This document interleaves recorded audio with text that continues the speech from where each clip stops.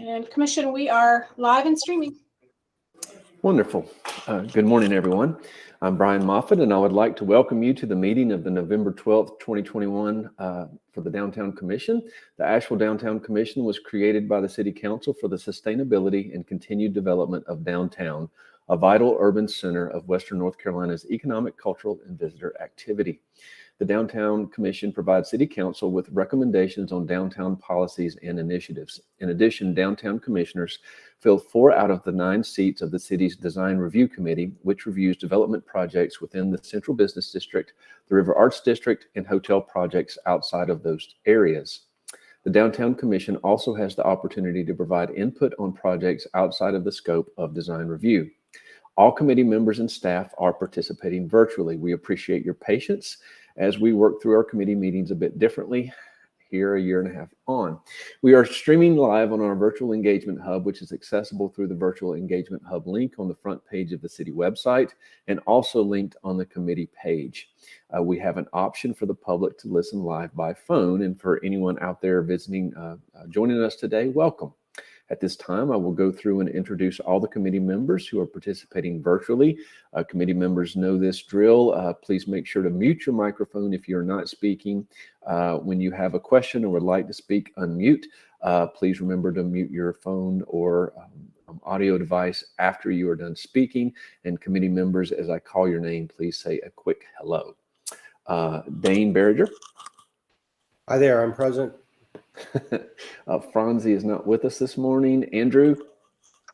Good morning, everyone. Kimberly, I saw her. Yeah. Buenos dias. Stephen Lee. Good morning. Great. Robin. Good morning. Good morning. Gio. Buenos dias. Megan. Good morning. Good morning. Miss Ruth. Present. Very good. And Sage, our city council representative. Good morning, y'all. Am I seeing a video issue, or are you seeing this video issue on mine? Okay, I'm not sure what's going on. Network connection. Yeah. You got a max headroom thing going on there. It's pretty cool, actually. I'm going to try and fix it. I'll just turn off the camera a minute, but I'm here. Very good. Thank you. So to help our audience along, I'm going to state each section of the agenda aloud, and we will do a vocal roll call for each vote. Committee members, you know to raise your hand to speak. I'll do my best to see everybody and go from there. At this time, we will do an approval of minutes. The draft action minutes are available as a link if you need to see those. If there are any additions or revisions, please let us know. Again, we're not doing a full set of minutes. The video recording is available if anyone wants to go back and watch it. This is just a draft of the action items of those minutes. Any revisions, or is there a motion and a second to accept? I make a motion to accept the minutes. Very good. I'll second that. Very good. We have a motion and a second, so I'll go through the roll call. Dane? Accept. Andrew? Aye, accept. Kimberly? Aye. Thank you. Stephen Lee? Aye. Robin? Aye. Gio? Aye. Miss Megan? Aye. Ruth? She's saying yes. I think that we can accept that. That's a very visual yes. And Sage, if you're still there. Yep, aye. Oh, and me, aye. Yes, very good. Thank you. So I do not believe we have any public comment at this time, correct? No written comments or voicemails. Is that correct? She's checking. That's correct. There was no comment ahead of time, and I'm just checking to see if anyone's in the queue, and it looks like there is not anybody. And by the way, for the public out there, we would like to welcome Miss Dana back. We were not able to keep her away, or we drug her back, something like that. So welcome back very much. So we we've got a couple of new business items and then a couple of old business items. We'll get to the new business items that we have on the agenda: a project review development impact discussion for 123 Haywood, and then a discussion of open space policy changes. But first, for 123 Haywood, my understanding is that we will not be able to review that this morning because the applicant has not met one of the administrative requirements of the Unified Development Ordinance. Sasha, do you want to explain that for us a little bit better so the Downtown Commission understands? Thank you. Sure thing. So I had received drawings and put them in the folder and had not spent time analyzing them, frankly, and I was waiting on a rendering. I got it. I reminded the applicant that we needed the rendering for the review. I got it Wednesday, I believe, and quickly saw that the project is not meeting code. What they have they're trying to turn this previously approved condominium project into a small hotel. And this is the first two parcels at the eastbound 240 entrance right there on Haywood Street, kind of between the Basilica and the Indigo hotels. To meet that requirement, they needed 50% of the storefront kind of to be 50% of the frontage to be a storefront, separate occupiable storefront activated. And they were having problems with that, but we helped them figure that out. But the way they achieved that without triggering a level 2 review was to kind of push back the building after the first floor. So essentially they were asking for a partially first floor, 1-story building at the street, which we don't allow. You can do a courtyard, or you can do a 2-story or higher building, but you can't do a 1-story building. That's just not allowed. So I've been in conversation with them, and it doesn't seem like they are figuring it out quickly. And I thought I gave them a little bit of time. If you can figure out this really fast, we might be able to take this through, but they're not figuring it out. So it'll be put off at least a month, and maybe it will go away entirely. I'm not sure. Very good.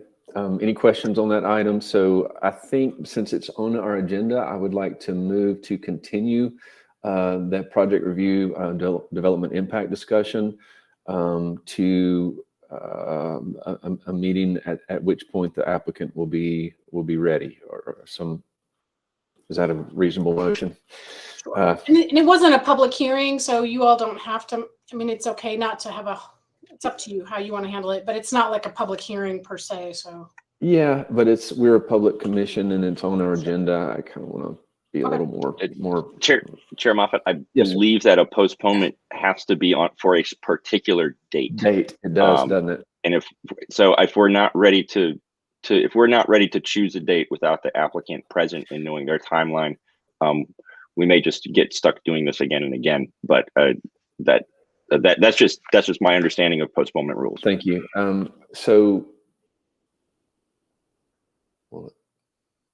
I guess we've considered it at this point in time. The applicant's not ready, so we'll move. We'll just keep moving. Does that make sense to everybody? Thank you, Andrew. Appreciate that.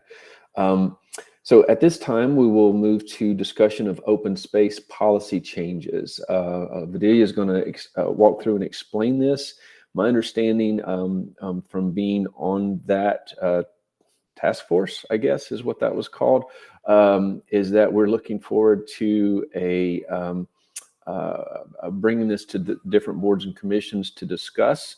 And then I would like for us to have some kind of resolution that we would agree on at the end of this discussion that we could then forward on to the city council as they move to adopt. Vidalia? Thank you. Good morning. I'm Vidila Satvika with Planning and Urban Design. I'll try to get through this relatively quickly. So this is the update to the open space regulations in the UDO. A little bit of background, I'll just let you read this. The open space has to do with both the human related open space benefits as well as the environmental benefits for trees and animals. So it's really a balance of meeting kind of human needs and more global needs for the city. We're not talking about creating new parks necessarily. This is really private property and the allocation of a certain amount of space for open space purposes per project. So most recently, we've been convening with a group of what we've called the Open Space Task Force for about 9 months, made up of these different 8 boards and commissions during 16 meetings. And it was decided that we go this approach because there was some concern that we were not incorporating everybody's comments and thoughts, and there are really disparate views when you look at some of these, some of the open space needs. So this was our approach to meet those various interests together. And we created a consensus-based process so that we really had to struggle through issues that we came up with. We couldn't just steamroll, the minority, and that was actually really good. We got some great results. Here I'm highlighting some of the key results that came out of the Open Space Task Force, and quickly I'll just read through some of them. Open space is now required for industrial zoning districts. Property line buffers in natural areas now require pedestrian enhancements. Open space is limited to only 50% hardscape. We're requiring some strengthened RAD standards in one particular subdistrict of the RAD district. And most important for you all to know is that the Open Space Task Force considered whether or not to require open space, which is currently not a required regulation in the downtown. And the idea was that, some people wanted to require open space. Others thought it was onerous and shouldn't be permitted.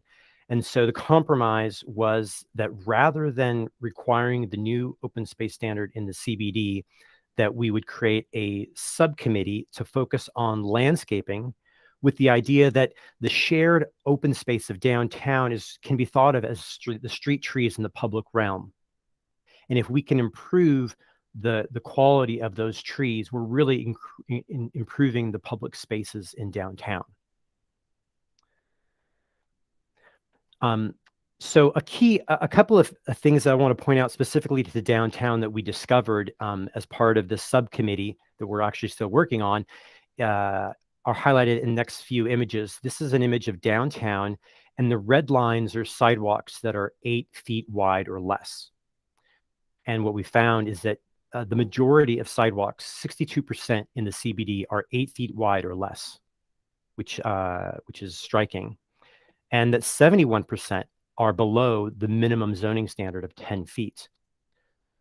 So this isn't necessarily something that we can fix with landscaping standards, but it's vital information to help us understand tree planting and other things. This is an image showing the same layer with the trees, the street trees put over it.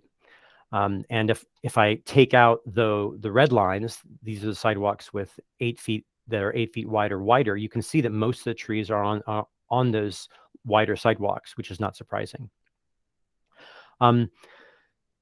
So that's the summary for, I guess, just the background for why open space is not being recommended as a new standard for the CBD. So you can most of you can probably rest assured that that's the decision you were looking for. Now I'll talk through just the key changes for any interest you may have related to nearby properties. These are the 3 key changes coming out of the Open Space Text Amendment. One, we're removing barriers to infill, actually aligning our standards so that they work for infill.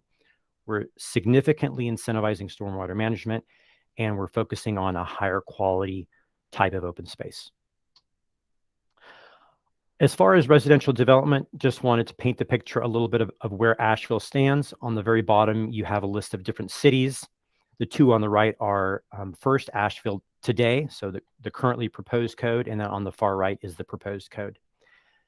And each city has a low and a high threshold for open space. And the first thing I want to call out is that today we're significantly higher, and that's really what we're trying to do, is rein in the requirements for open space to allow for across the board lower amounts.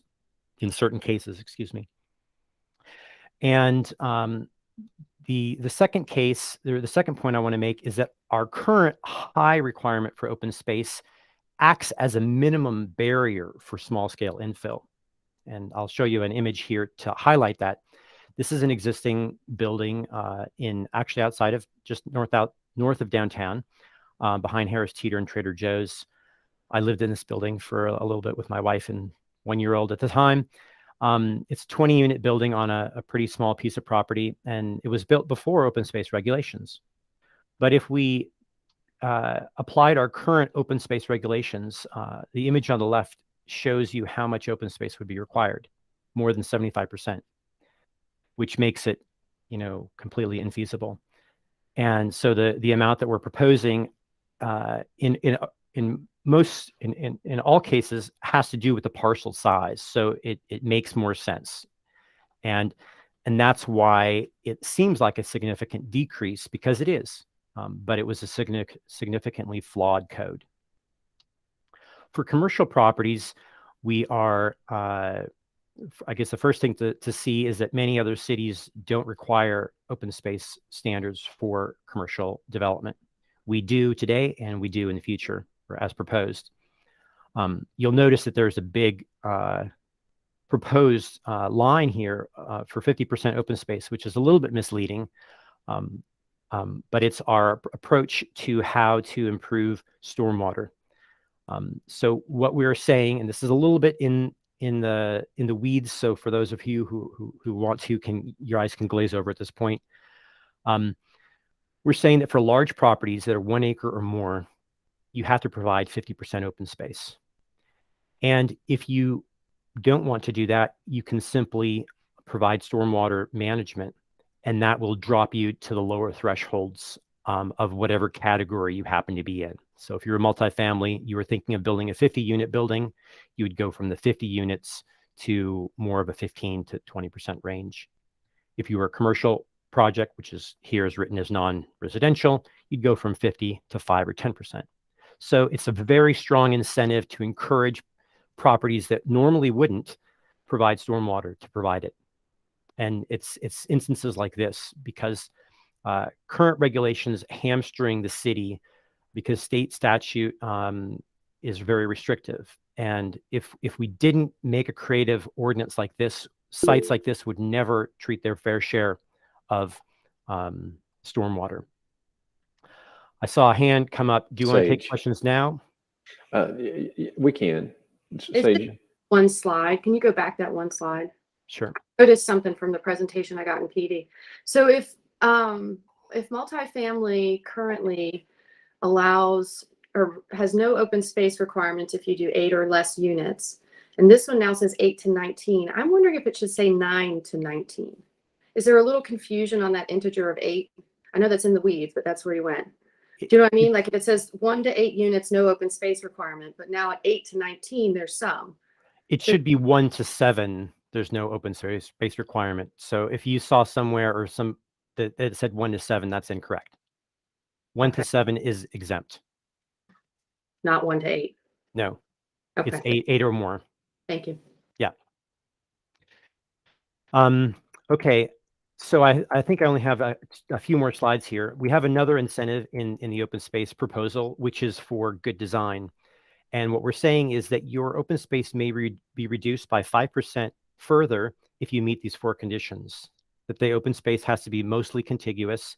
It has to be a relatively regular shape, and we have specific code for that. It has to be mostly flat, which is 5% slope or less, and you have to provide seating. And the notion is that we're going to create spaces that are more sociable, more usable. Currently, we see a lot of open space designated as open space on parts of property that are inhospitable or not developable. And in some cases, that may be fine, but we need to provide some spaces for better sociability. And that's what we aim to get with this design incentive. So finally, this is the summary showing where we stand with the current regulations compared to the proposed. And you'll see in some cases, it's a decrease. In others, it's kind of a limiting or a refining of regulations. And then finally, our next steps, we've been reviewing this with boards and commissions, and we're slated to go to the Planning and Zoning Commission on December 1st, and then to City Council on January 11th. And then subsequently in the next, probably in early spring, we would move forward on the related landscape changes that are recommended as part of the open space task force, but have become a separate creature on their own, moving on their own. I'll take questions now. Great, thank you. Kimberly? Thanks. So what percentage of properties have a 5% slope or less? That one stuck out to me because I don't know. I just would like to know that. That's a pretty strong statement. I understand the idea of good design. I think based on us being in the mountains and even downtown has a lot of incline. I just would like you to maybe treat my understanding here. Thank you. Sure. Thanks. So just to clarify, the standard isn't that the property needs to be 5% slope or less, but that the open space that you are creating in order to have a reduced amount of space, and it's just a small reduction, but that open space must be designed better so that it is more accessible to people. So it's just the open space, of which 75% of it must be a finished 5% or less. So in most cases in development, right, there's going to be a lot of grading and manipulation of land. So to meet this benefit, they would have to meet that slope. In some properties, it may be very difficult or impossible. That's why it's not a requirement, but an incentive. Does that answer your question? It does. Thank you. And before I get to Ruth, the 5% is generally considered an accessible slope. So that's basically the limit for an accessible sidewalk, at which point, if you go over that, you need handrails. Ruth? Yeah, I was just wondering, I saw something on one of the slides that basically said there was no requirement for open space on low-income housing. Is that correct? Let me clarify that. So we added a standard that we added a new regulation on larger properties to say that if you are over 1 acre, you either have to make 50% of your parcel open space or provide stormwater incentive. For affordable housing, we're saying on those larger parcels, you're not required to provide that increased standard of stormwater. Because again, we're trying to balance the competing interests, and the idea is that it probably serves a public benefit to exempt affordable housing from this new higher standard rather than hold them to that same higher standard. So they will be the ones who, admittedly, we want to treat as much stormwater as possible, but we are, in this case, making a policy decision to exempt large parcels that include affordability from that same higher stormwater standard. Does that answer your question? It does, but I'm curious. I know we need affordable housing, but we also really need to control stormwater because we're in the mountains. And I think it's, if there's a developer that wants to build, and, most of the affordable housing that's being built now is going into large developments. I'm wondering how that's going to be worked out. Is part of it going to be responsible for stormwater, and then part of it, like 25%, doesn't have to meet stormwater? I just think that we're setting ourselves up to have a problem in 10 or 15 years down the road. Let me address a couple things real quick. And Kimberly, I do see your hand. One, again, this as regards our purview in this commission, none of this actually applies because the open space, the downtown central district is exempt from open space requirements, just because we build lot line to lot line. Two, we're not exempting affordable housing from stormwater standards. That's a state regulation. They still have to meet stormwater standards. There are additional higher level of stormwater standards for quantity control and quality control. And we're saying if you meet these additional higher level standards, if you exceed the statutory requirements, and you meet these higher standards, then in certain cases, and you meet these other things, then you can reduce your open space requirement. So affordable housing is not exempted from stormwater regulations. They don't have to meet the higher standard in order to benefit from the lower open space requirements. Does that make sense? Thank Okay, you for the perfect. clarification. And right, and this is also really highlighting infill development. Greenfields, will have to in any project have to meet stormwater. Correct. So this is the creative incentive we're making in order to incentivize. Where did it go? So these types of basically, properties. the way it's written right now, and I apologize for jumping in, but Robin and Gio and I all served on this one, so I've listened to this for a good bit and thought about it a lot. So right now, if your existing site is completely impervious, you don't have to do anything. Okay, if you are exceeding, if you're adding more than, I think the statute is like 5%. More impervious than it is, then you have to bring it up to current guidelines. That's the standard that the state standard that we're talking about regarding stormwater.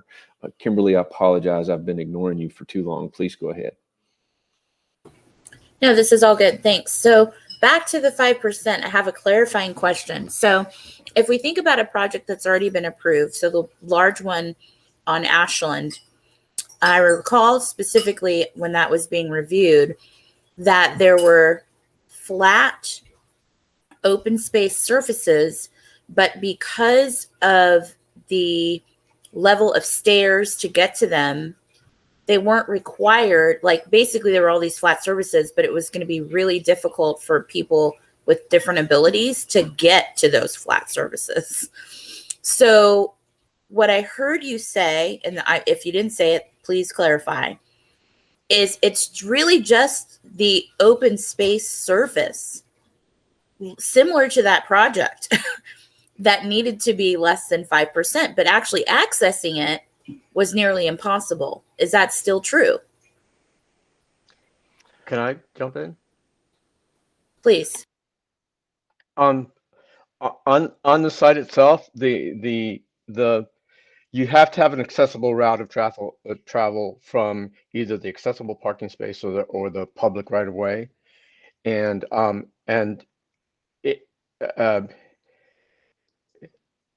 the standard is 7-something% to get ramps. So while you're on that, when you access the public sidewalk or the public right of way, then the property owner has to make it accessible. So it has to conform to the Americans with Disabilities Act. Yep. So that applies to every project. But this particular project, Gio, I'm not sure you were on the commission then.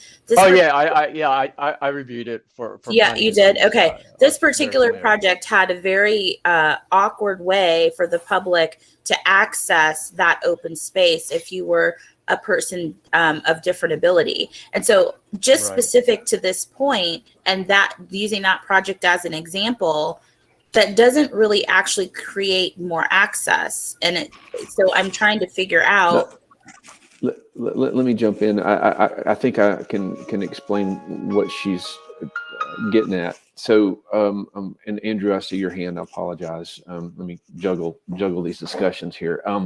So the open space requirement has no expectation or statutory burden that these open spaces must be accessible to the public.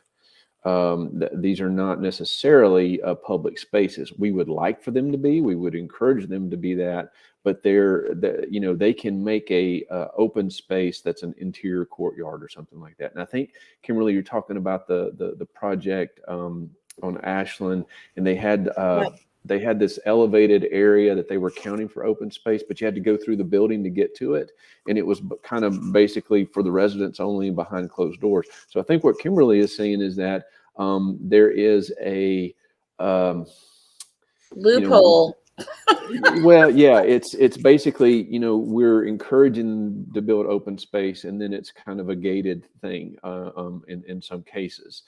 And for certain project types, that might be appropriate, and for others, it might not. But I think that's what you're getting at. Is that correct? Yeah, that it seems like this is still a loophole in the spirit of it, of like, and I get the private space thing, but we've reviewed projects where the private space, open space, was still problematic for people with physical differences. So I don't know if that layer got added into this. I appreciate the presentation and the level of thought and collaboration. I just am not sure that piece from this one little space has been considered for the whole. That's all. Thank you. We did talk about it. Vidila, do you remember? I mean, we did talk about, and I don't think we had the legal, North Carolina general statute gave us the ability to demand that they provide public access to these kind of open space, but I could be wrong on that. And then I've got to get to Andrew. Yeah, I think that's accurate. And I think, like you said, this open space could be a rooftop deck that's only accessible or only open to the owners or inhabitants of a certain building. In some cases, it may be a subdivision of property that the open space is only allowed to be used by the residents of that subdivision. So in some ways, it's limited and restricted, or it can be at least. If we were to specifically say, regardless of whether or not it's open to the public, that it needs to meet ADA, we would be making it, we'd be raising the costs, I think necessarily, because some sites would have to put in much more infrastructure in order to meet that higher threshold. Well, very quickly, I want to say post-COVID, I promise there's going to be more ADA needs, So the fact that we're not considering where design needs to go to accommodate the new reality, I think we're handicapping, no pun intended, ourselves to what used to be. Thank you for listening. Thank you. Andrew, I apologize for the delay. You're muted.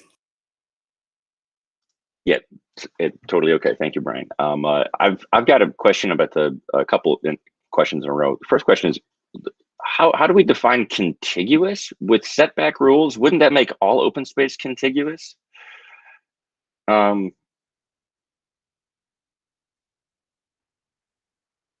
So the first, yeah. Okay. Yes, setbacks would mean that every setback is contiguous. We have a standard that says that no more than 50% of an open space may be within setbacks, because we wouldn't just want somebody to say my setbacks are my open space. I mean, in some cases it may work if the property is big enough, but in others it would be a complete failure. So we want to allow for that, so that if you make an open space close to your setback and it's larger than your setback, you can do that, and it makes sense. But as far as the specific language for contiguity, let me just read it. So it's somewhat simple. It just says at least 70% of the required open space is contiguous for the benefit. So it's relatively flexible. Okay, I was just curious about that, because I was thinking of, like, every house is just sort of every structure is sort of an island in a parcel, Yeah. You know, when you're out of downtown, that is. So the other question, sorry, Brian, did you? No, yeah, I was going to say we think we solved that too by saying it had to be regular, rectangular in shape, and so that keeps it. If it's contiguous and rectangular, in order to get the 5% benefit, then that keeps it from being this just a perimeter piece around the parcel. Got it. So my next question is about just like how are I see some loopholes in here. I'm going to ask some questions about the defeatability of the ordinance.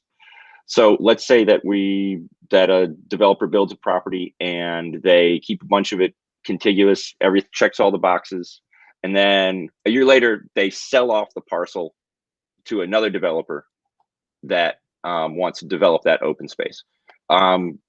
What stops them from being able to do that?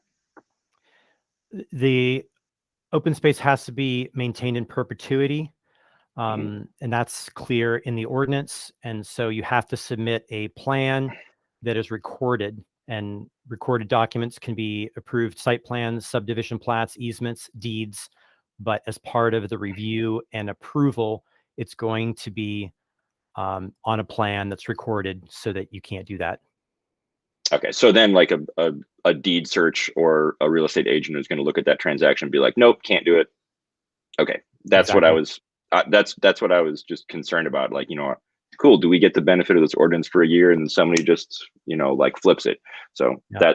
that's good. And the other question I have is that, you know, it seems that we've got such odd topography here. I feel like occasionally we're going to get some weird results out of the requirement. And just sort of exploring what those weird results could be. I could imagine somebody having to like sort of piece together the right amount of open space around a parcel, and sort of chip away at neighboring properties if they could possibly put that series of transactions together to sort of build the open space requirements to comply with this and make the economics of site improvement work together. I don't know what. I don't know. Maybe that's not necessarily a bad thing. Maybe that's a good result. I'm just kind of trying to foresee some unusual outcomes that we might occasionally get with this. So what's been the conversations and the exploration of that? I guess I would say that a lot of projects accumulate different parcels to make their development plan work. And so that's going to happen regardless of open space. And this standard is a relatively minor standard as far as the requirements.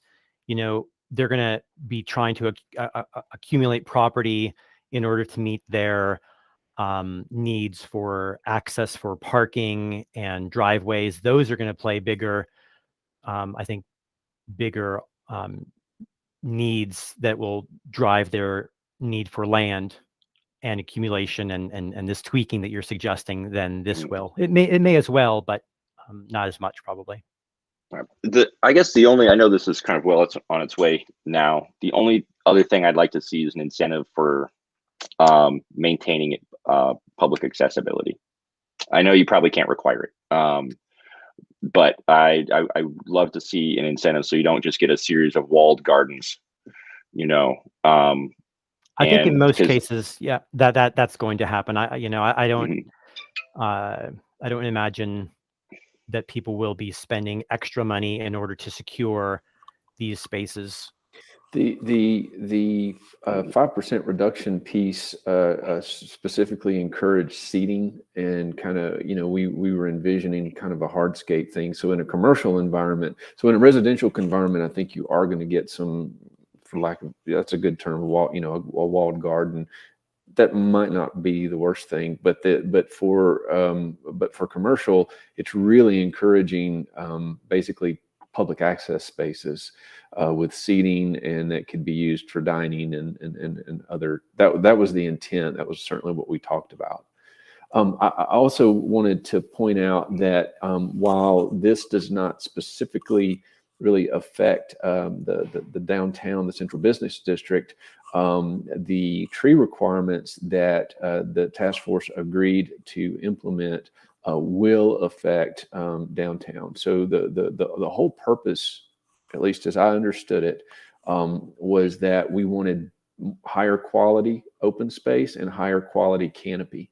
And so to that end, there's going to be some additional requirements regarding soil volume and detailing of making sure that the types of trees that we put in, including in downtown, that we have sufficient soil volume and that they have sufficient protection, like silvacells and other kind of suspended pavement systems. I think I'm using the right nomenclature.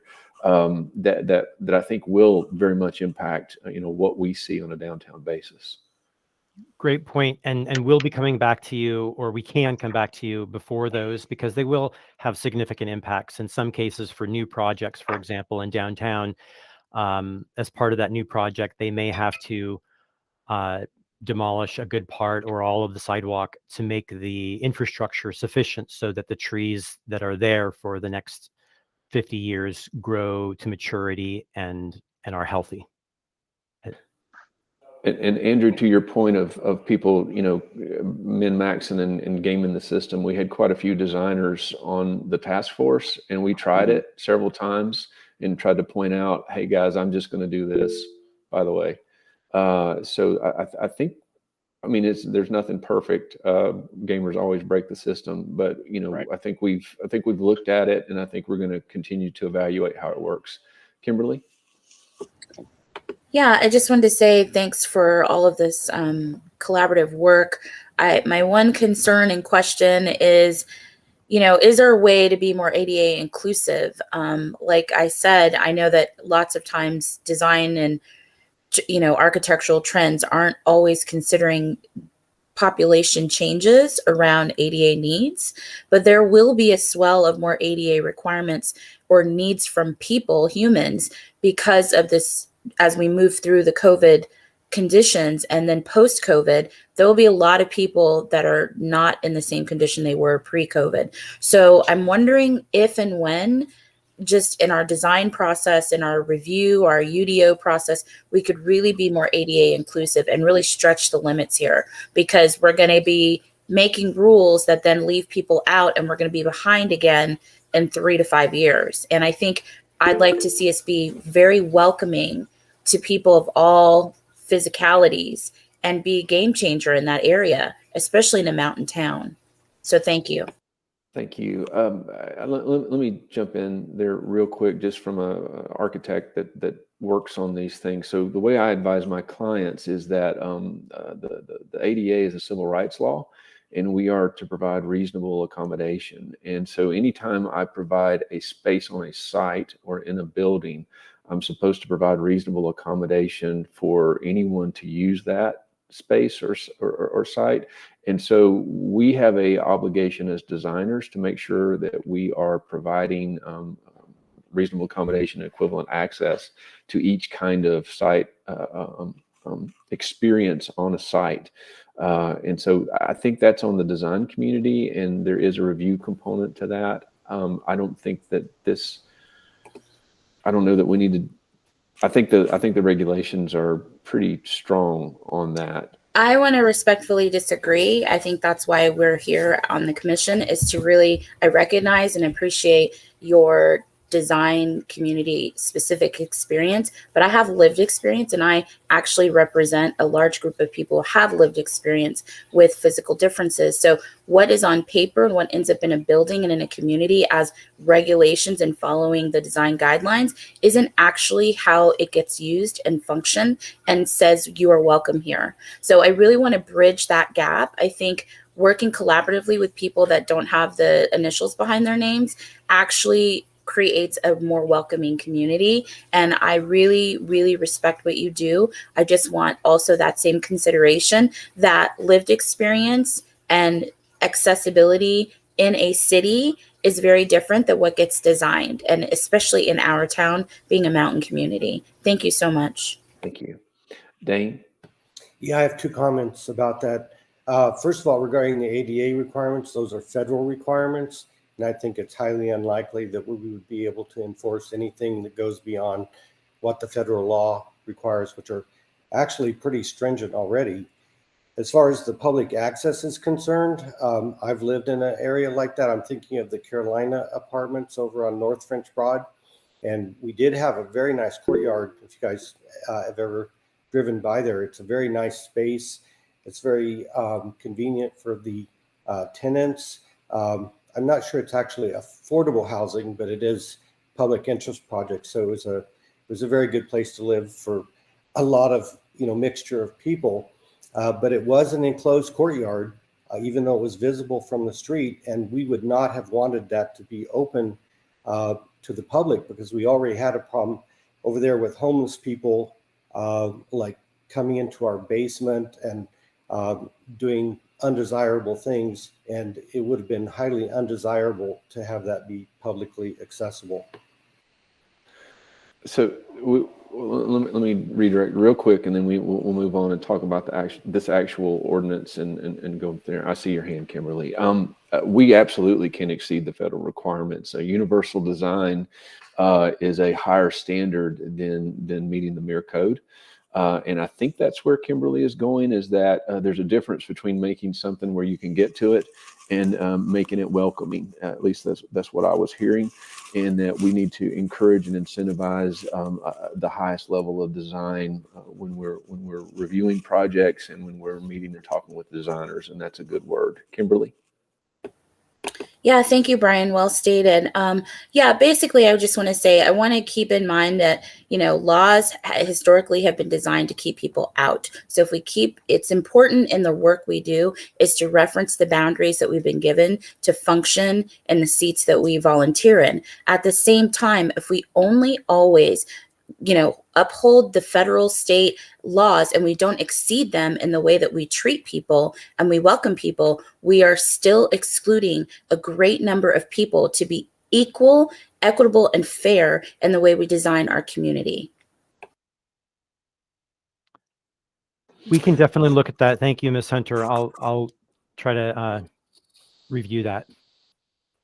Are there any other comments or questions regarding the ordinance, the revised open space ordinance as discussed? Okay, I would like to submit a resolution or a letter that the Downtown Commission has reviewed this and is in support of it, that would go to council. Is there any, first of all, is there any comment on that? Do you think that's a reasonable thing to do, and can we do that? Andrew, go ahead. I would say, as long as I do have some questions about the stuff outside of this CBD, and so I want to make sure that that the letter that I'd be in support of is speaking only about what's directly under our purview here. Thank you, Andrew. That's a great clarification. I would say that as a member, that as the Downtown Commission, we understand that the Central Business District is exempted from this open space requirement, and are therefore, in support of what we understand the open space ordinance will affect the downtown. That was kind of the language I was going to go with. Does that make sense to everybody? So we stay in our lane, I think is what Andrew's saying, and within our lane based on our understanding. And I would also make a caveat that based on our understanding that this is tied to a revision to landscaping requirements, specifically regarding the tree and tree canopy, that we are in support of this. Yeah, that sounds good. I can get on board with that. Because if we talk about the whole ordinance, then I've got a murderer's row of questions, and we don't want to go there, I don't think. Okay. Padilla, does that make sense? What we're saying, and is that kind of what we're? Yes, I think generally something like the Downtown Commission supports this ordinance, and we understand that open space will continue to not affect us. Okay. Any other kind of questions or discussion on this before I'm going to make the motion, if that's okay with everybody, since I think I know what you are okay with me saying. So I will move that the Downtown Commission submit a letter to the City Council in support of the proposed open space amendment, specifically regarding the fact that the open space amendment exempts the Central Business District and is tied to improvements on the landscaping requirements for street trees and tree canopy. There's a motion. Is there a second? I'll second that. Yay, thank you. So if there's no other discussion, I'll just go through and do a roll call. Dane? Aye. Franz is not here. Andrew? Aye. Thank you. Kimberly? Aye. Thank you. Stephen Lee? Aye. I am aye. Robin? Aye. Gio? Aye. Megan? Aye. Ruth? Aye. And Sage? Aye. Very good. The motion passes. I'll type up a quick note, or I'll have to watch this again so I can remember what I said, and we'll forward that on. Thank you. Thank you so much. Y'all, if you could just go back and watch a couple of these sessions, you would understand how much work Vidilla's been doing over the past year plus on this thing. It has truly been a tour de force. So congratulations, and continue on. All right, good job. So our next item of business, UDO, this is old business, UDO changes regarding design review committee composition, and then the UDO changes regarding extended stay hotel and hotel definitions. Now, I think Shannon sent this out to everybody a couple weeks ago. Hopefully you've all had time to review it. And I'm not sure who's talking to this one. I am. Oh, hey, there you are. I see you. I was looking for you. All right, thank you. I'm going to go ahead and share my screen real quick.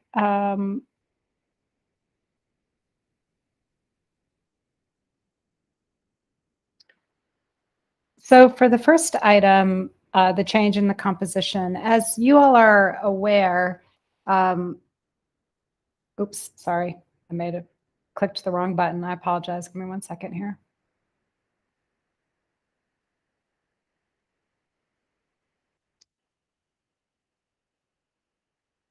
So as you all are aware, the current structure is a 9-member committee for design review, and these are changes that came about with the hotel ordinance.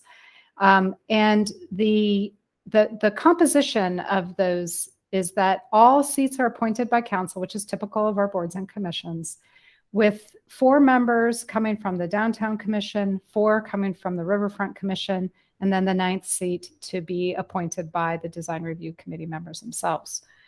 We've had some difficulty with the Riverfront Commission filling that 4th seat. We haven't had anybody, well, we haven't had another person volunteer. We have 3 of the 4 seats filled currently. And there's been some question as to whether or not this is really the best structure, both from just a burden standpoint or a time commitment standpoint of commission members, and then also just in terms of helping to maintain diversity across the board. So with most large proposals that our department does, we typically do like a 6-month or a 9-month or a 1-year update as to how this new initiative is working out. So we did the hotel standards, including the changes to establish the design review committee, were adopted in February. Our staff did a 6-month update at council in September. And we made a number of recommendations. And one of those recommendations was just to tweak the membership section of the new design review committee to require 3 members from each of the 2 commissions, Downtown Commission and Riverfront Commission, and that those 2 seats then would be appointed by council at large.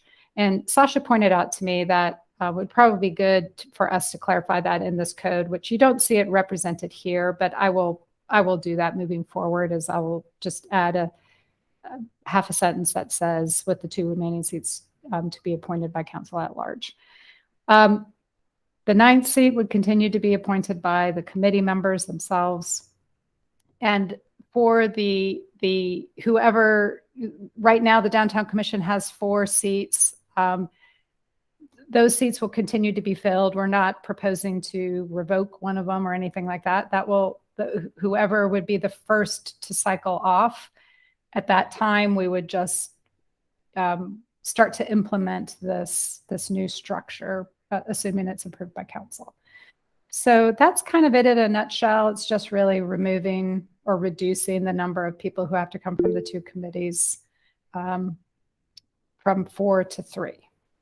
And it looks like Sasha wants to maybe clarify something. I just wanted to add a quick comment, Shannon, and I think this is right. So under this new structure, let's say that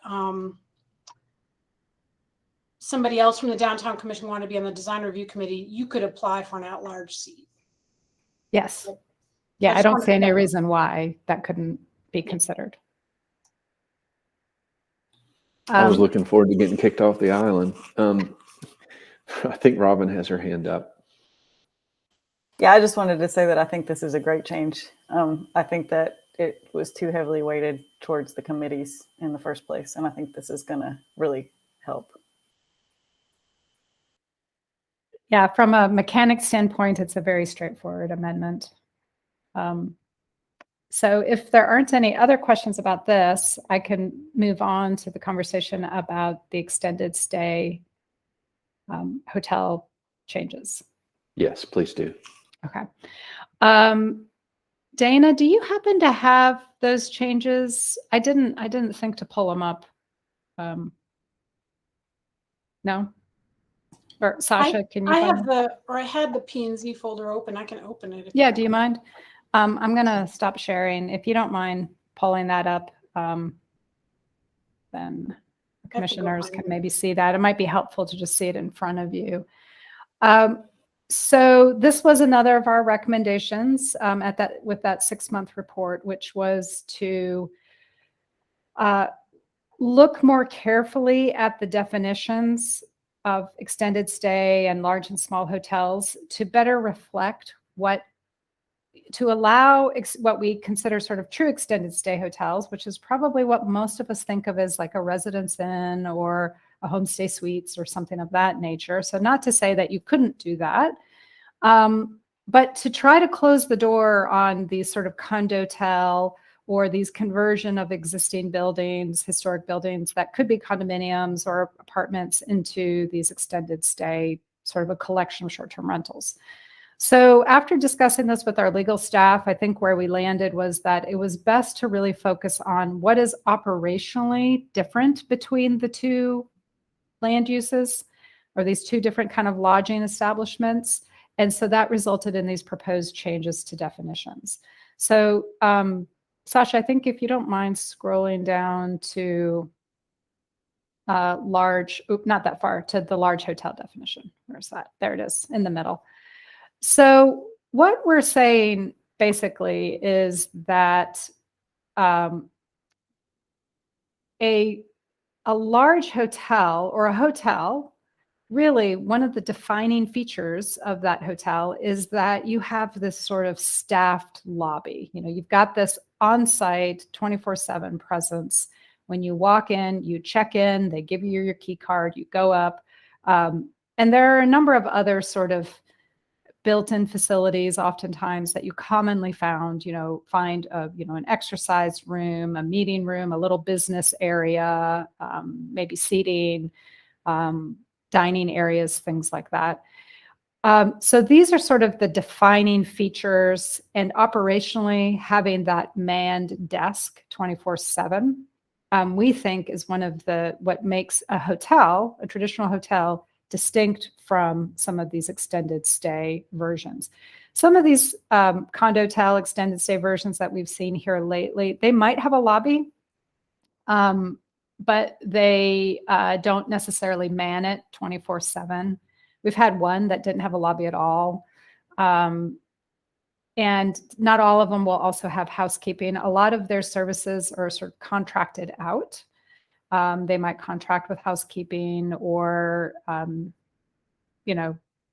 individual owners may do their own housekeeping. So it's a way to kind of, again, further distinguish a traditional hotel from this new sort of condotel version that we keep seeing. Just a quick note, you'll see also that I've struck out restaurants, bars, coffee shops. That definitely does not mean that a hotel couldn't also have a restaurant, a bar, or a coffee shop. It's just that we already define those separately as separate land uses. So it kind of muddied the definition a little bit by including it. So they can certainly have them as co-uses. We're just going to say, if it's a hotel that has a restaurant bar, we're going to say the land uses for that application are a hotel, a restaurant, and a bar. So it's going to include 3 land uses. It's going to be basically a mixed use project instead of just a single use hotel. That's different than like a hotel that only offers like their continental breakfast to their guests. We don't consider that a restaurant. That's where that dining area covers that. So that is the large hotel. And we feel that this definition can include extended stay hotels. I did speak with some operators of extended stay hotels. They felt that all of the things we described made sense and that they wouldn't have any problem meeting this definition. There looks like Kimberly has a question. Do we want to take these? I'm done with kind of talking about large hotels. So maybe before I move on to the other definitions, yeah, that's good. Go ahead, Kimberly. Thank you. So when you say on-site supervisory, is that including virtual? Because that is a big thing that's emerging. So, we could be doing this again in a year because there's an emergence of what's considered on-site being virtually on-site through a digital platform or such. No, we mean physically on-site. Okay, how's that going to be determined in this language? Well, I think by saying on site, we thought it was implied, but we can clarify it and say physically on site. Okay, thank you.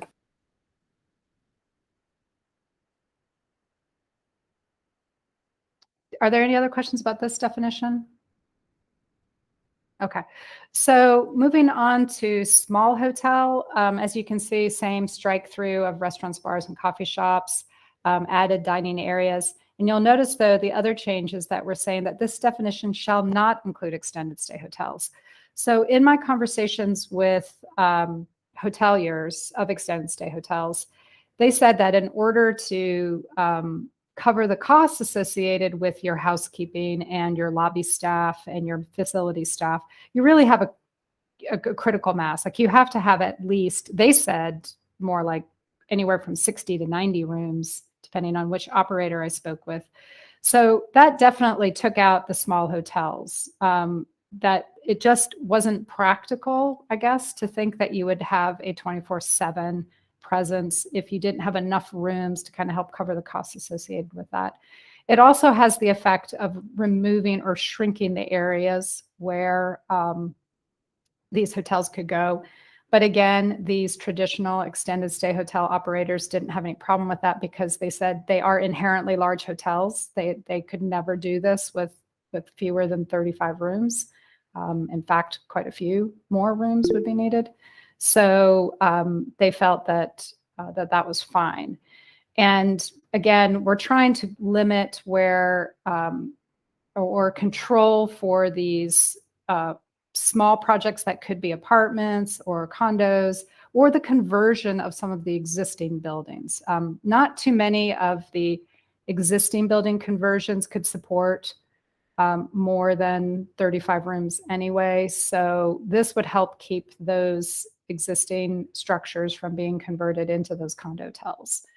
And yes, there's another question from Kimberly. Thanks.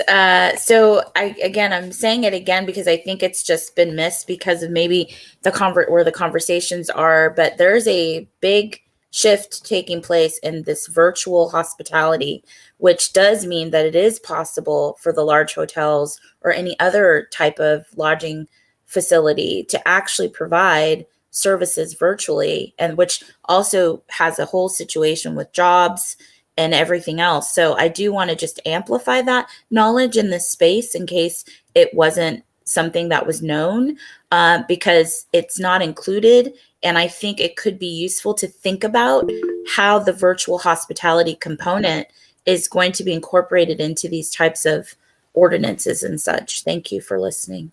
Yeah, that is a really interesting point. We'll definitely give that some thought. I should point out that one of the distinguishing features between the small and large is that we're not requiring the on-site lobby presence 24/7.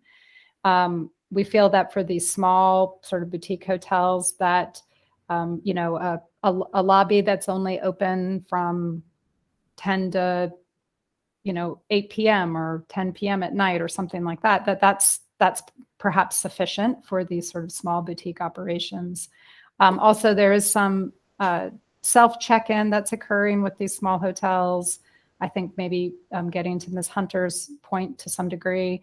So as long as somebody is on site or can be called to the site sort of on call, then we think that is probably okay within that small hotel range. And it looks like Ruth also had a question. Yeah, I was just curious. I've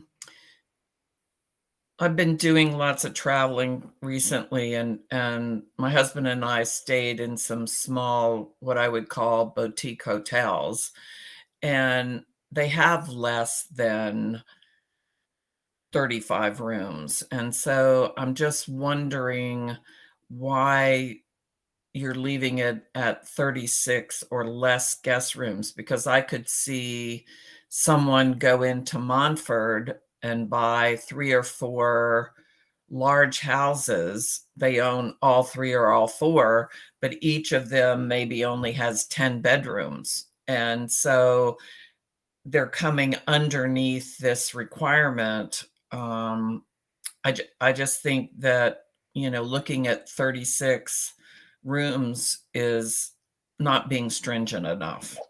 So the 36 room came through much discussion with the study and the development of the ordinance that was adopted in February. That was, for better or for worse, that was sort of the distinguishing line between large and small that everybody could agree to. To control what you're describing, buying these sort of large house properties or some of these other sort of underutilized properties and converting them into small hotels, that's going to be controlled by the overlay. So just to remind everybody, you cannot have a hotel in Asheville unless you're located in one of the overlays. And so Sasha's brought up the map. The large hotel overlay is represented in blue, and the small hotel overlay is represented in orange. So if you're in blue, you can do a large or small hotel of any size. If you're in orange, you can only do a small hotel.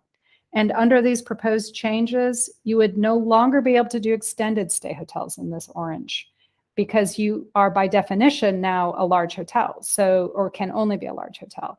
So you would have to be located in blue. So that's what I mean is when I said, we're further restricting where these sort of condotel kind of options could go, both by the definition, but also by shrinking the overlays where they could potentially be located. So, and these overlays do not extend into any residential areas.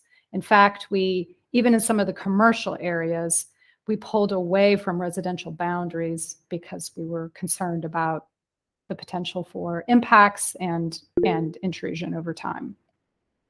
Brian.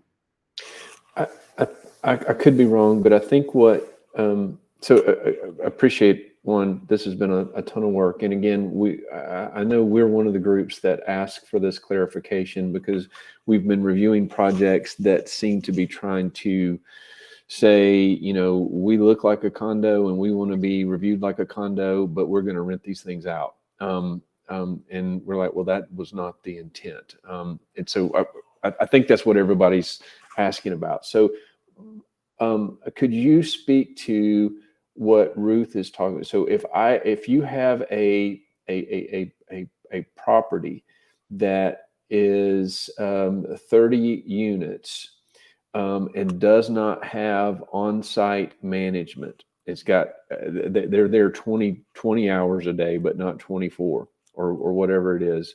You know, but it's not 36 or more, it's 30 units. I'm thinking of the one across from the Orange Peel. It seems like that one was really close to that. And they don't have on-site management, it's virtual or whatever. Kimberly, what is that? That could be, that would have to be a small hotel. So if you want to do a lodging establishment and you're under 35 rooms, it could be a small hotel, but you would have to be an actual boutique hotel and not be a series of like extended stay units or a collection of short-term vacation rentals. But if it doesn't have on-site management, it's not captured under the small hotel definition. Is that, am I missing something? The small hotel definition says that you have on-site supervisory personnel. It doesn't say 24/7. If we add, you know, say if we take Kimberly's lead and we add physical to the definition of large hotel, where you have physically on-site people 24/7 versus the small boutique hotel, where, I mean, we thought it was important to have people physically on site, but if it's your all's recommendation that we don't have to do that. I would strike the on-site thing. The on-site thing is the one that's tripping me up, because if they're doing a virtual thing and they don't have somebody on site. I mean, our intent was that they should be on site, but that maybe they didn't need to be there 24/7 was what we were thinking. Okay. But if you think it's not necessary for anybody to be there at all, then we can do that. That just starts to feel more like a short-term vacation rental to me. Like if you're entirely logging in online and going in and checking yourself in, and there's nobody there to help answer questions or give you advice where to go eat or whatever, then that just feels more like a short-term vacation rental than an actual hotel. And is that regulated somewhere else? And I see lots of hands. I need to quit talking. Is short-term vacation rental regulated somewhere else? Well, we have a different definition for short-term vacation rental that refers to an individually owned unit that provides a complete set of housekeeping facilities, blah, blah, blah. That limits the number of rooms too. Okay. Let me I can't remember who went first. Robin, you go ahead, and then Kimberly. I was going to say the on-site thing, I think, is important because I have spoken with several people over the past few years who do want to do a short-term hotel sort of thing, and they plan to use the virtual check-in and the virtual, I mean, I think that does leave more room for that. So do you think they should strike in hotel small? Do you think they should strike on-site for supervisory personnel in order to capture that? Or I think she's saying the opposite. No, I think keep it. Okay, thank you. Yeah. All right, Kimberly? Yeah, I was going to say, thank you.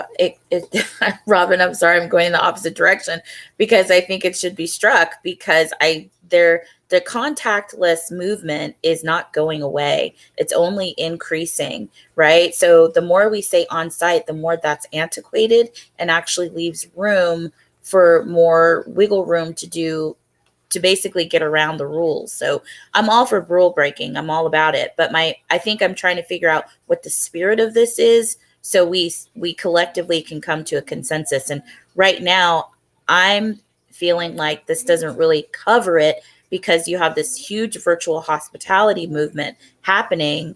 And I think we'll just be reviewing this again in 1 year because now there's 17 new things that are all virtual. It definitely is an evolving industry. Talking about hotels today is very different than talking about hotels 20 years ago.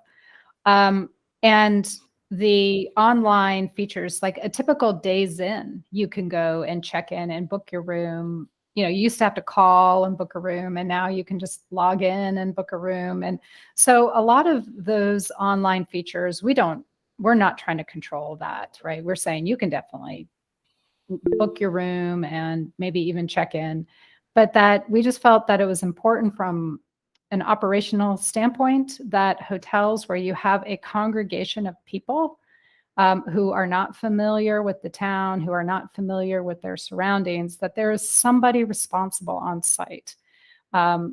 Whether there's a problem with the lock on the door, it's not working properly, like whether it's a safety stamp issue or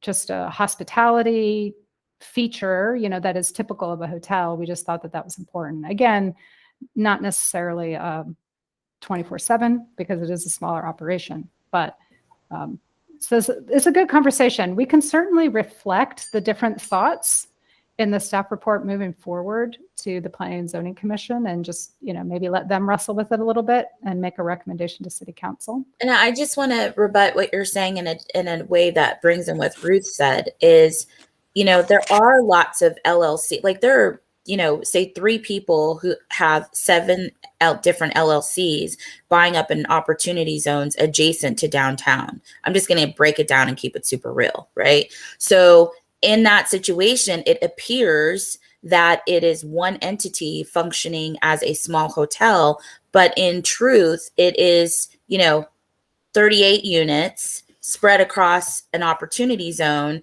that's adjacent to downtown to actually create the benefit of what a hotel would get. So I'm not here to get into the weeds, so to speak, but I do want to amplify, since we're having the conversation, that there are strategic workarounds that are happening that I don't know, these definitions I feel like are helpful, but they don't get to the heart of the intent. And that's what I'm trying to accomplish. I know you are as well. I know we're all doing that. So one thing we cannot do, and this is something that we talked in some detail with our legal staff, is that we cannot include in the definition that it is a single building under single management with single ownership. So we cannot restrict ownership, or they feel uncomfortable putting that in the definition. So that's why we're looking at what are the unique features of a hotel, and functionally, how does it operate? So having those condotel models where you have multiple owners, and I know this isn't exactly what Ms. Hunter is getting at, but it sparked that in my mind that I probably should have clarified for you all earlier, is that we can't control ownership, so we can't use that as sort of one of the distinguishing or defining features. Robin, then Gio.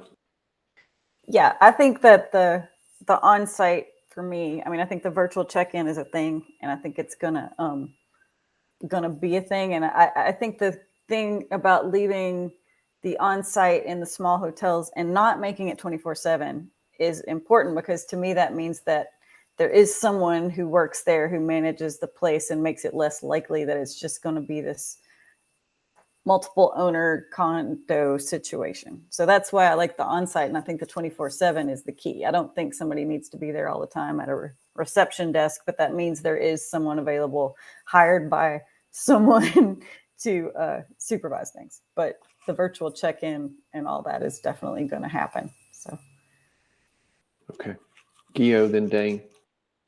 I have a follow-up to Commissioner Hunter. Are we allowing a loophole by not? In other words, are we creating a loophole so that people can squeeze in these little places just because there's not someone at the lobby? And I kind of, if that's the intention that Commissioner Hunter is going with, I agree. So are we creating that loophole now I that don't we think need so. to cross? So right now, our definition says you have to have on-site supervisory personnel. We just don't say it's 24/7. But we say you have to have on-site supervisory personnel, which is why I think these condotels are sticking lobbies in their buildings. And they put somebody there, but they might only be there a couple hours a day. I think the real key to controlling these short-term vacation rental hotels is to, one, say you can only be a large hotel, right? Because a lot of these are small projects. They are not over 35 rooms. The other is that you can only be located in the blue overlay. That is like cutting in half where they could potentially be located. And then requiring that you have that on-site 24/7 for an extended stay version. So I think if you want to do individual units and do these condotels that people are bringing forward to you, we're restricting and limiting what they can do. Under those models, most of those projects aren't going to fit this current definition, this proposed definition. Most of those projects could not move forward as extended stay hotels. They would either have to change their format to be small hotels. So they don't have kitchens, they don't have cooking facilities, they're just your typical hotel room. Or they do an apartment development and just make it a residential unit, which is really what we would prefer. Sasha. So thank you. So I think the key difference here, and several staff are telling me, like, somebody's got to say this, that I think partly what I'm hearing or we're hearing is that there's a concern about short-term rentals outside of either near downtown or in downtown. They're not allowed, y'all, nowhere. So either you're a hotel or you're not allowed. So we're not, there are there are LLCs probably buying houses and running them as collection of rooms, but they're illegal. So we need you all to report them to us if you know about them.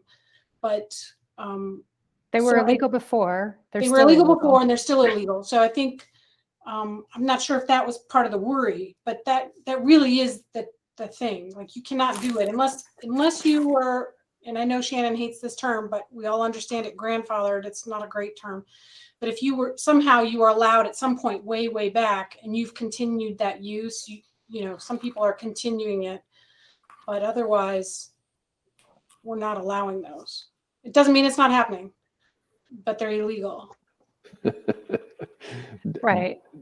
So really what we're doing is we're further limiting these applications that you've seen. These are legal right today. And we want to control for that because we think that there's this real estate that could be housing, whether it's new construction or even more concerning is the conversion of existing units, into these extended stay hotels when there's only 6 units. That's a collection of short-term vacation rentals. That's not a hotel.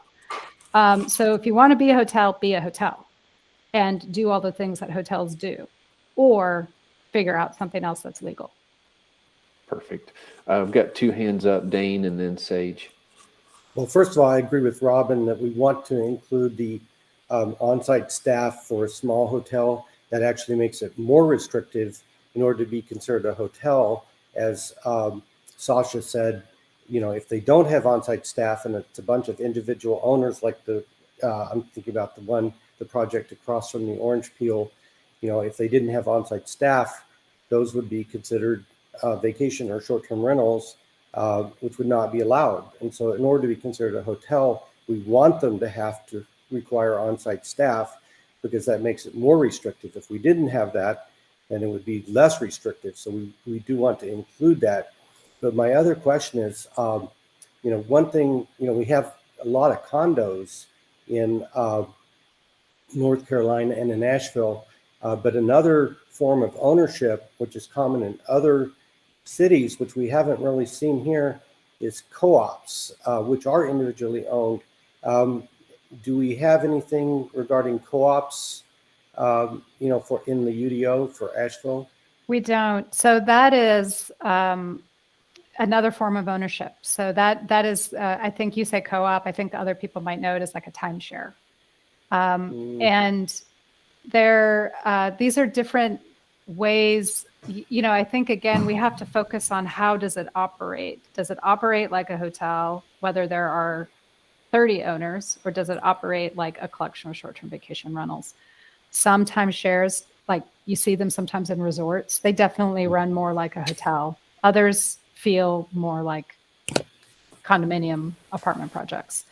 So yeah, it was just a question because it is something, it's kind of another exception to the whole hotel versus short-term rental thing. So we could start seeing those pop up. And they don't have to be timeshares. They can be, but they don't have to be. Right. So again, I think we would look if they want to rent short-term, less than 30 days, then they're going to have to be a hotel. That's the only form of lodging that we allow in the downtown. So they would have to have, regardless of what the ownership structure is, they'd have to have that lobby. They would have to have the 24/7. They'd have to have in-house keeping services. So have those kind of features and be large. Yeah, I think that's good. I think that's what we want. Folks, we're going to run a little bit late. Please stick with us if you can. Sage, you're next. Sure. Just a thought and question as I've been talking more and more about this. So, historically and often we refer to these older hotels that converted to housing, or in the case of the Days Inn, permanent supportive housing, as good things, Vanderbilt, et cetera, downtown. So there's that concept. Now, it almost sounds to me like something I didn't catch early on in the initial review of this, that we're actually making it more challenging to do the extended stay hotel than to do an actual hotel, is what I'm sensing. So I think the intent, as I understood, was let's get the extended hotel, this loophole, to be under the same umbrella as hotels. But I don't know that it was to make it even harder than a hotel. And I say that because if our goal is to eventually convert hotels to housing, or if not, if that's the goal, but that's a pleasant externality down the road, then wouldn't we want the ones with kitchens? So like if the extended stay definition requires that it's a kitchen, that it has a kitchen, I mean, why would we make it harder to build those? I'm just playing a little devil's advocate here because they're more easily convertible. I think we're prioritizing our need for housing today over what could be housing in the future. I think that's sort of my short-term answer. You would agree, though, that we're actually making it a step harder to be an extended. We are. We're further limiting. We're not adding development requirements, right? We're narrowing the definition of what is a hotel. So we are sort of effectively maybe making it more difficult because we're saying you can only be an extended stay if you're large and you're located in one of these areas. So is that what we thought the goal was, to make it harder for them in general and to come, or was it just to put them under the umbrella of other hotel kind of process review? Like 22. My understanding was that we wanted to stop seeing and stop allowing these condotel versions that kept being submitted. And there is not a practical way to stop them without limiting them. Okay. I understood it to be that we wanted them to act more like the hotels that we thought they just could have been in that group. Well, let me step in real quickly. I think that's actually what this is doing, Sage, is that we're saying you are a hotel, you're acting like a hotel, so just go ahead and call yourself a hotel and then follow the guidelines. But there are this is what I'm pointing out, that the guidelines here are actually harder on the extended stay than they would be a typical hotel. So by adding the kitchen, you are now in a more restricted area and have some limitations. It's okay. I'll evolve on my thinking, but I wanted to point that out. You're not incorrect, I think. And just one thing to keep in mind is that we're trying to ask people. So in the version that you describe, where a hotel becomes housing down the road, that's only going to happen if that's under single ownership. So when you have a building that has 30 condominiums, that's not going to probably, become a Vanderbilt in the future. They're going to remain individually owned. And when they have these, some of them might become housing, but they're going to be individually owned. So it's going to be harder to, I think, see that change over time. Andrew and then Ruth, please. I'd just like to note that I guess, Sage, I just am a little unsure that whether a 30-year-old or 50-year-old kitchen is present in a hotel or not would change the refit and redevelopment standards. It seems like it would all have to go anyway. So I'm not sure that that's going to make the difference in sort of those long-term outcomes with these types of developments. I'm thinking of, like the apartments above, like above malaprops and places like that. I think it's pretty clear they didn't have kitchens, but that didn't even stop that didn't stop those efforts. So that's the kitchen aspect is, I think that your fears are not as big on it, but I mean, tell me I'm wrong. We did, on that, along those lines, one thing we did discuss and chose not to add to the definition was a size restriction. So that you could have, 800 square foot suites, hotel suites that didn't have the kitchens that could be converted in the future if that's what somebody wanted, that flexibility. One of the hoteliers we spoke with said, the typical extended stay is really only, 400 or 500 square feet. You could just say that the rooms can't be larger than 500 square feet. And we chose not to do that. That was a little too limiting. That's an interesting point too. And, the other thing I consider, because I'm just trying to weigh all the sides here, is that there's so much pressure on the market for these short-term rentals that are kind of complete housing stays. We're watching the hotel industry not rebound as rapidly while the short-term rental market has gone up significantly year over year. So I also wonder about the pressure to have these type of whole units and disallowing them further. What does that mean for the pressure on neighborhoods and stuff? So just kind of thinking about it holistically. I know I'm appreciating all of y'all's input. We have a little bit of time before this comes to council, so great discussion. I think Ruth, you had your hand up. You still need to. Dane. You mentioned full kitchens, but as I mentioned before, I took this trip out west, and many of the Hilton hotels that we stayed at actually had an additional sink that was in the bedroom area, which was near the Keurig coffee maker, which also had a small refrigerator and a microwave. So to me, that's a kitchen.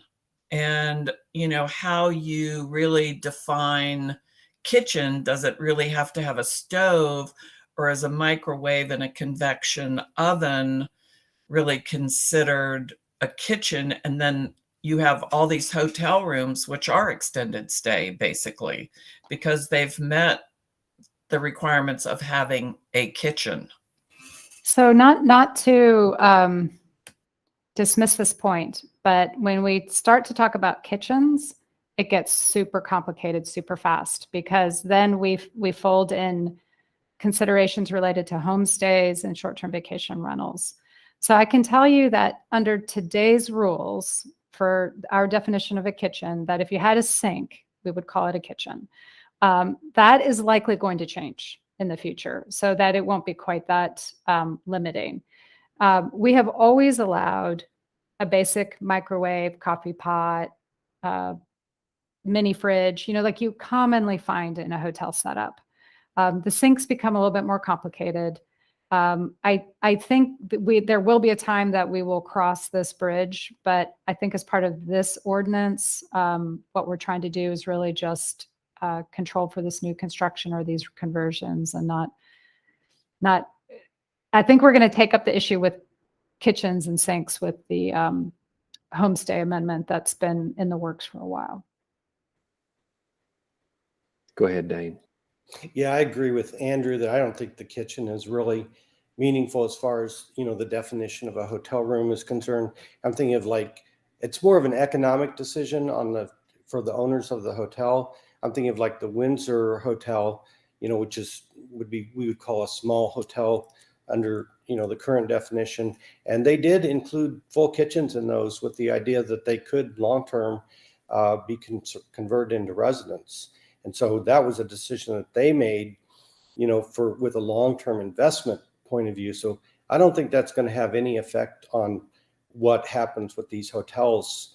I'm just pointing out the four affordable housing buildings that we have in downtown all were originally hotels, and they were successfully converted into, affordable housing. So, I don't think that's really a relevant matter for this particular discussion. Very good. This has been really good input. Thank you, folks, for at least helping me understand what's going on, because I think I understand it better, and I agree with the on-site thing now. Are there any further input that you'd like to let Shannon know as she shepherds this through? And Shannon, do you need something from us specifically? No, it was just feedback. Yeah, just feedback.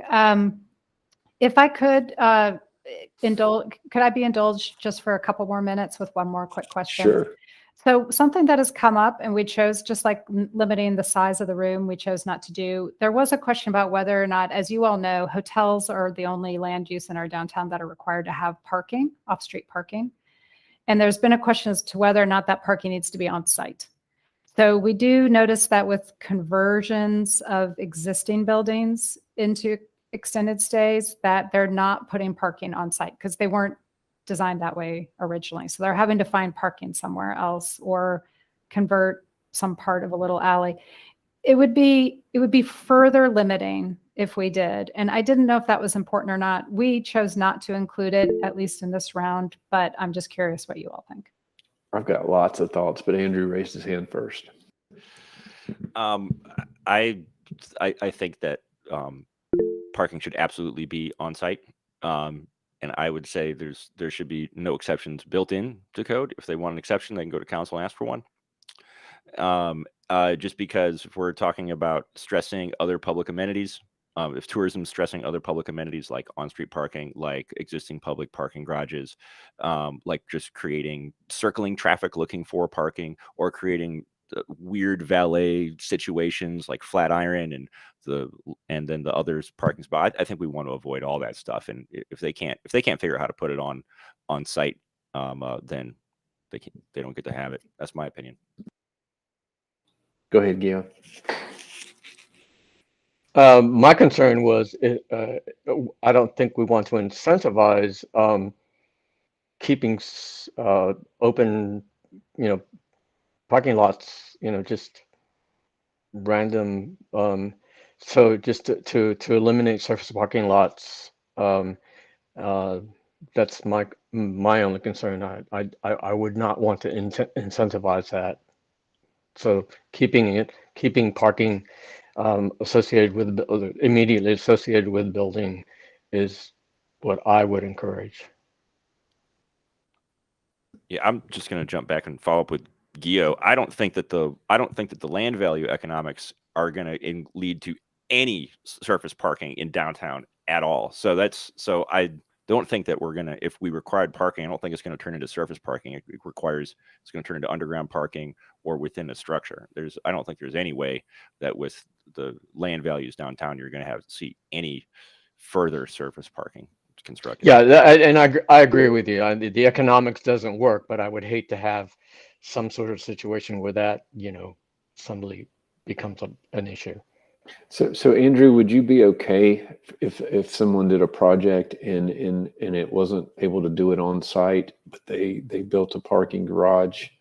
Let's say it's a big hotel and they built a parking, or the Flatiron, and they built a parking garage and it was, a couple blocks over. And they went to council and it's part of a CZ or something like that. Is that kind of what Yeah. you're seeing, that if they do it, they just they just need to be above board, and here we Do go. it as a CZ. Yeah, I would say that, and also that would create a heck of a lot of public-private partnership potential for that Yeah. parking deck, and so I wouldn't want to box that out, but that looks like totally a CZ process to me. I'm in general agreement with everything you're saying. I mean, I've done projects where we've had to do remote and shared parking. So, it's a common way to address issues. Biltmore Village, places like that, we do it a lot. But what you're saying, downtown's a different kind of animal for that. And we just have to be cognizant that this hotel district is not just out affecting downtown. You're saying you wouldn't allow them to do off-site parking in the village, for example, unless it was part of a CZ. Agreed. And because with CZ you can do all sorts of creative, interesting things, or you can not. Right. It can go either way. But there's always that CZ potential in there. I would hate to try to have all those potential interesting, unique negotiations that could happen down the road circumvented because we put something in the UDO that didn't get us there, didn't give us those opportunities. Okay, so you're saying it'd be okay, but it would need to be part of a CZ process, which I think is what Shannon was asking, and I'm in agreement with that. If you want to do that, that's a CZ. Okay. There was another hand and I lost it, didn't I? Somebody else. Okay. That was good. Any Thank other you thing? all. All right. I'm going to try to get us out of here, y'all. We had several more things to talk about. Updates and reports. Let's go through our committee reports, but then I want to get to the commission openings and our priorities and planning that we've got coming up. So Stephen Lee, can you give a quick design review committee report? I was not at that last meeting, so I can't give a report. It's 2 projects that were already reviewed by the Downtown Commission, and they were continued for another level of review. So Sasha, you may have more you would like to add to that, or Brian or Kimberly or Robin, if y'all are in attendance.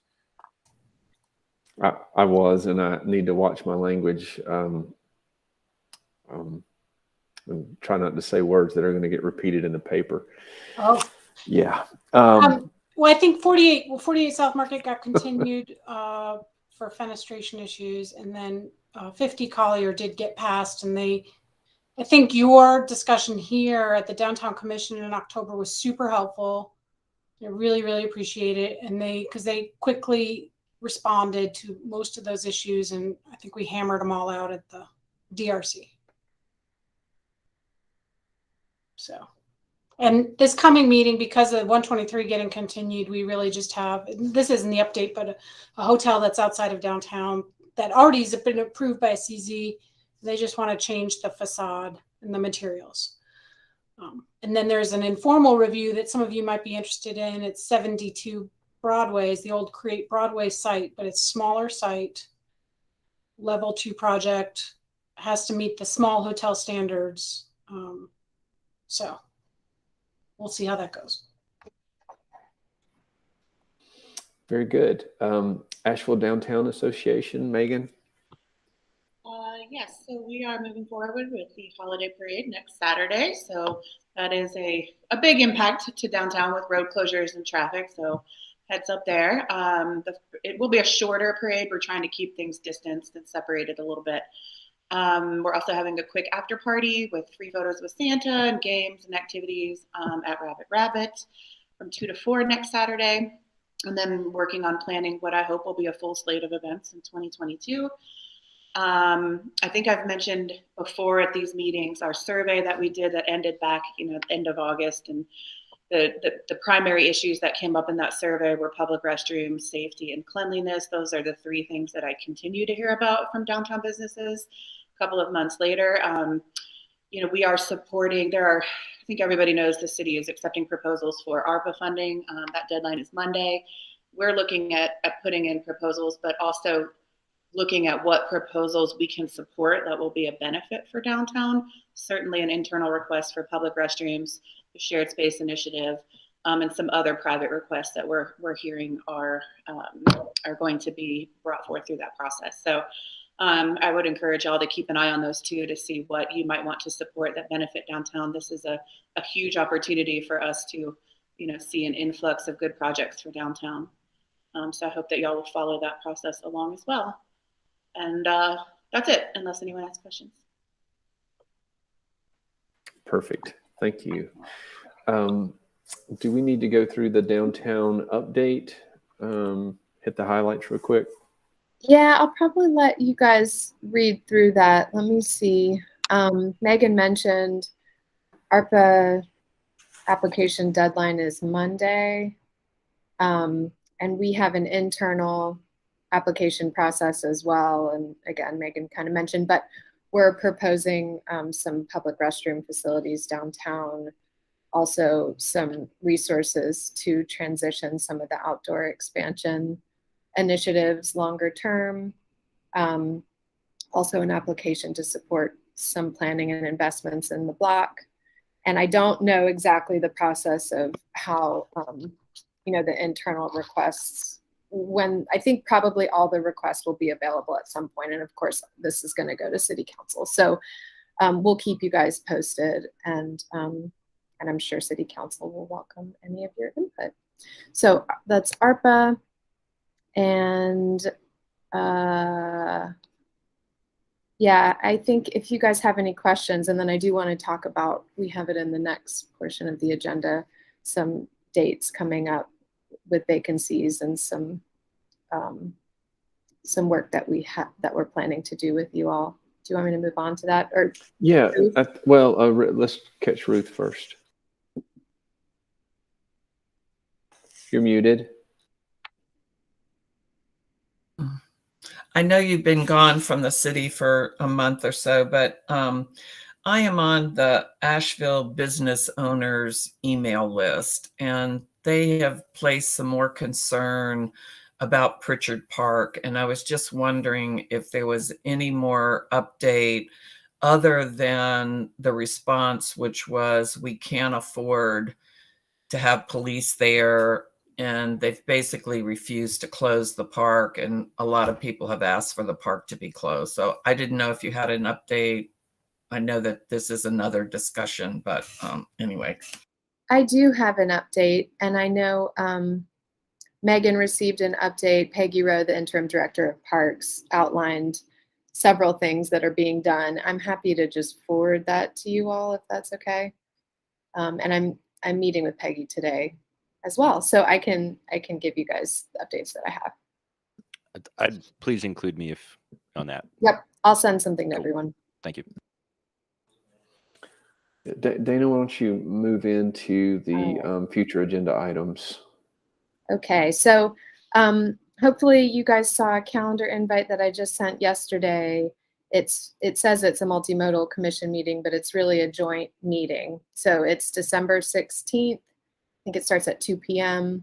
And we've been discussing this. This is a time to get together and review the public space management framework that we've been working on for the past couple of years, and get your feedback on moving forward with that. So that should be a good session. I don't have all the details of the agenda at this point, but we'll be working on that in the next couple of weeks. So please save the date. We do have 2 vacancies coming up on the commission. Commissioner Barger and Commissioner Sharon are rolling off of their second term, so they're not eligible for reappointment. Commissioner Rains is eligible for reappointment, but we will have those 2 openings, and the vacancies were just posted Wednesday, and that deadline is December 20th. So help get the word out if you can. And then appointments are going to be made January 11th. And so we also had a little huddle this week with chair and vice chair and with Kimmy to talk about moving forward with our committee work and moving forward to set some goals to focus on for the next year or so. Of course, we have the annual report coming up as well. That'll be submitted at the end of January. So what I'll ask you to look for is a survey that we're going to send you next week that's going to ask some questions like, what are your top 2 core competencies or skills that you bring to the Downtown Commission? Also, what work are you most proud of accomplishing during your time on the commission? And this is 2-pronged. So 1, we're going to try to see what we're missing when it comes to reappointments. So at the December meeting, we can look at these results and talk about that. And there's always an opportunity to advise on the type of appointments that will be made. And then 2, to kind of recognize where folks' interests are, to inform prioritization moving forward for the next year and setting some goals. So with that, I see some faces. We can talk more about it. But so we have the special session in December, and then we look at, after the new appointments are made, January 11th, having a special session after that to prioritize some goals for the year ahead, and that would include the new commissioners. But I think we can learn a lot during the survey process, which will give you guys pretty much the whole month to fill out those surveys in advance of the next meeting. Kimmy, do you want to jump in, or Ruth?